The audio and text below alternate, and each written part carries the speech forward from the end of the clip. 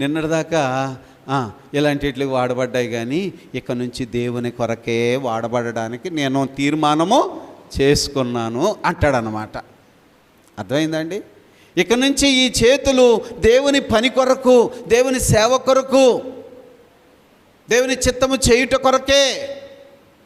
అలాగో నీ ప్రతి అవయవాన్ని ముందు నువ్వు దేవునికి అప్పగించుకుంటేనే కానీ నువ్వు దేవుని కొరకు వాడబడలేవు. అర్థమైందండి? ఇట్టి సేవ యుక్తమైనది అని రాస్తుంది అక్కడ. సజీవ యాగముగా ప్రభువుకు అప్పగించుకో. నీ దేహము, నీ హృదయము ప్రభువు కొరకే ఇక ప్రతిష్ఠించుకో. అప్పుడు నీ శరీర భాగములలో నీ శరీరాన్ని కానీ నీ మనస్సును కానీ అపవాది వాడలేడు.